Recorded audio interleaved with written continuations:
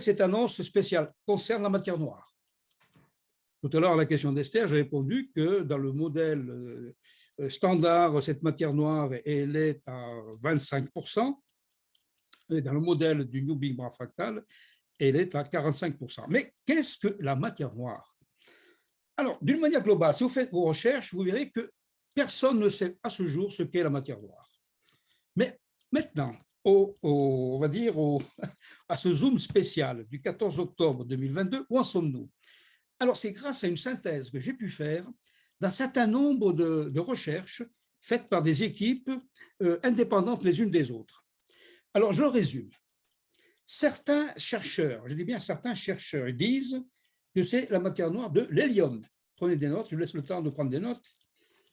Alors, c'est à peu près, à mes connaissances, je peux réunir à peu près une vingtaine de références. À peu près la moitié disent, et ce sont des équipes de recherche, que la matière noire, c'est de l'hélium. Bon, pour eux, c'est de l'hélium. L'autre partie des références, il y en a autant une dizaine de références, disent que la matière noire, sans donner le nom d'hélium, bien sûr, que la matière noire a une propriété qui est superfluide. Alors, on résume. Une dizaine d'équipes de chercheurs, c'est de l'hélium, et une autre dizaine d'équipes de recherche, la matière noire, il faut qu'elle soit superfluide. Bon, alors, maintenant, le New Big Bang arrive, et qu'est-ce qu'il dit le New Big Bang? Que la matière noire, c'est de l'hélium superfluide. Je pense que nous comprenons tous que c'est une synthèse entre ces 20 références qui nous amène à conclure qu'il y a une forte probabilité que la matière noire soit de l'hélium superfluide. Puisqu'il y a des chercheurs qui disent que c'est de l'hélium, mais ils ne mettent pas le qualificatif superfluide. Jusqu'à là, vous me suivez? Et d'autres qui disent que la matière noire doit avoir les propriétés de la superfluidité, mais ils ne disent pas que c'est l'hélium. C'est un petit peu dommage, quoi. Alors, est-ce qu'ils ont peur de faire la jonction des deux en disant que c'est de la matière noire et de l'hélium superfluide? Parce que là, c'est directement ce que nous, on dit depuis 1996. Alors, je pense que cette annonce est spéciale dans le sens que, eh bien, au fur et à mesure que le temps passe, j'ai vraiment l'impression que, à travers toutes ces équipes de recherche, qu'on va vers une matière noire qui a de plus en plus, je dis bien le mot, qui a de plus en plus de probabilité pour que ce soit de l'hélium superfluide. Alors, pour ceux qui n'ont peut-être jamais assisté à notre Zoom, qu'est-ce que l'hélium superfluide? Surtout le mot superfluide. Le mot hélium, il n'y a pas de problème, l'hélium, c'est ce qui a été conçu au cours de la jeunesse de notre univers. Lorsqu'il y a eu le Big Bang, très peu de temps après le Big Bang, celui-ci a créé de l'hydrogène, qui est vraiment l'atome le plus simple. Dans le tableau de Mendeleïev, on classe les atomes selon leur nombre atomique, et l'hydrogène, c'est le plus simple, c'est un proton et un électron. Il ne peut pas y avoir d'atome plus simple, l'hydrogène. Arrive le deuxième atome, il ne peut pas y avoir plus simple que le deuxième atome qui est, on va dire de manière fondamentale, l'hélium. Donc l'hydrogène et l'hélium, ce sont deux gaz qui existent quasiment depuis le Big Bang. Et voilà, l'hélium, il a une propriété que n'a pas l'hydrogène. D'abord, l'hélium, il est classé dans ce qu'on appelle les gaz nobles, les gaz rares. Ce sont des gaz qui sont extrêmement stables. Retenez ce qualificatif, gaz extrêmement stable. L'hélium est un gaz extrêmement stable. Et en plus, il a une propriété que n'a pas l'hélium, c'est que lorsqu'on prend l'hélium et qu'on le refroidit, on le refroidit à peu près à moins 270 degrés Celsius. Vous savez ce que c'est que déjà moins 20, quand c'est l'hiver, moins 20. Vous savez ce que c'est, enfin certains savent déjà ce que c'est moins 50, moins 70 les Esquimaux, moins 70, après je ne m'engage plus, moins 100, moins 200, et là on arrive à moins 270 degrés Celsius en laboratoire, Et là, l'hélium, il devient superfluide. La superfluidité spéciale de l'hélium est celle-ci. C'est qu'il a une résistance qui est nulle. Alors, je m'explique. Pourquoi j'ai employé le mot résistance? Si je prends une bouteille ou une casserole, on va prendre une casserole remplie de boue. Je prends cette casserole, je la remplis de boue. Si je trempe mon doigt dans la boue, est-ce que vous sentez une résistance? Oui ou non? La réponse est oui. Je mets mon doigt dans la boue, je sens qu'il y a une résistance. Je mets mon doigt maintenant dans une casserole remplie d'eau. Je mets mon doigt dans l'eau et je sens aussi une résistance, moindre, mais une résistance quand même. Maintenant, si je mets mon doigt dans l'hélium, je dis bien superfluide, d'abord à ne pas faire, parce qu'à cette très basse température, le froid bousille le doigt. Hein.